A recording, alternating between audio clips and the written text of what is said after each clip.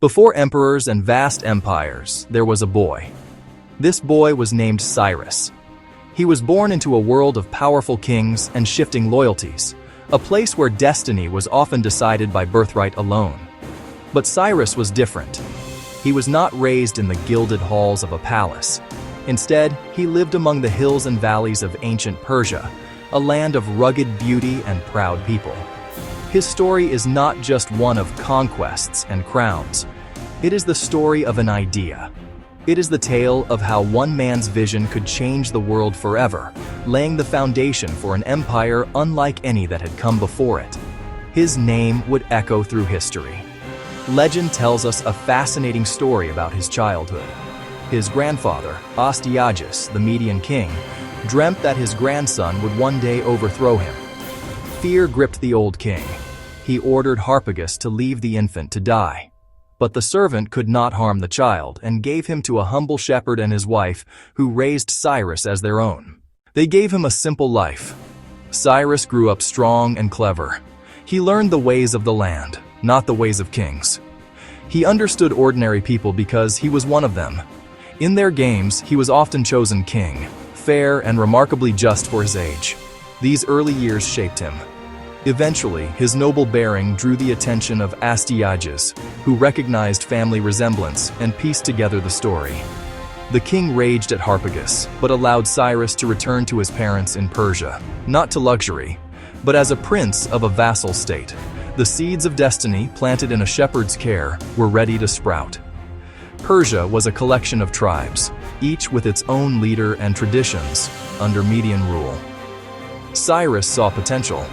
He set about uniting the tribes, using charisma, intelligence, and understanding to win loyalty and speak of a shared future. His first great challenge: break free from Median control. Astyages was ruthless, but Cyrus forged alliances, promising independence and prosperity.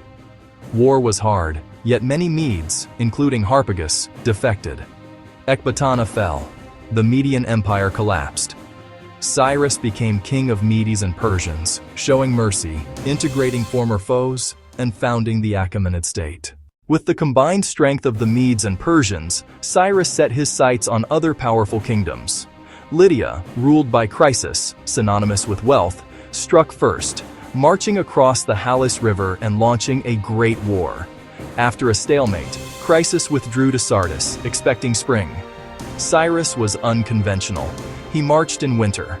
He besieged the city, spotted an unguarded cliff, sent elite climbers by night, opened the gates, and Sardis fell. Next came mighty Babylon, its walls colossal, river as moat. King Nabonidus was unpopular, especially with Marduk's priesthood. Cyrus used discontent, presenting himself not as an invader, but a liberator chosen by Marduk to restore order. In 539 BC, according to Herodotus, his engineers diverted the Euphrates. Soldiers waded in and entered by the river gates.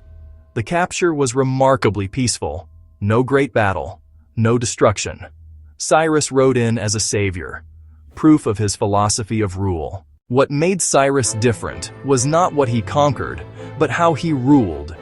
In an age of brutal conquest, enslavement, and massacre, Cyrus showed unprecedented tolerance and respect. After Babylon, he did not impose Persian gods. He allowed worship of local deities and customs, honoring Marduk and winning hearts. This philosophy lives in the Cyrus Cylinder, found in 1879, his declaration of victory and policy. It describes how displaced peoples, including the Jews, were allowed to return and rebuild their temples. Some call it the first charter of human rights. His reign laid groundwork for the largest empire yet seen, from the Balkans to the Indus, and influence beyond its borders. Praised in the Bible as a liberator, admired by Greeks, Xenophon's ideal ruler, and remembered to this day as the Great. He is not great for conquest alone, but for humanity. Proving a ruler can be powerful, merciful, conqueror, and liberator. Empires can rest on respect, not fear. True greatness is wisdom, compassion, and justice for all. A timeless lesson.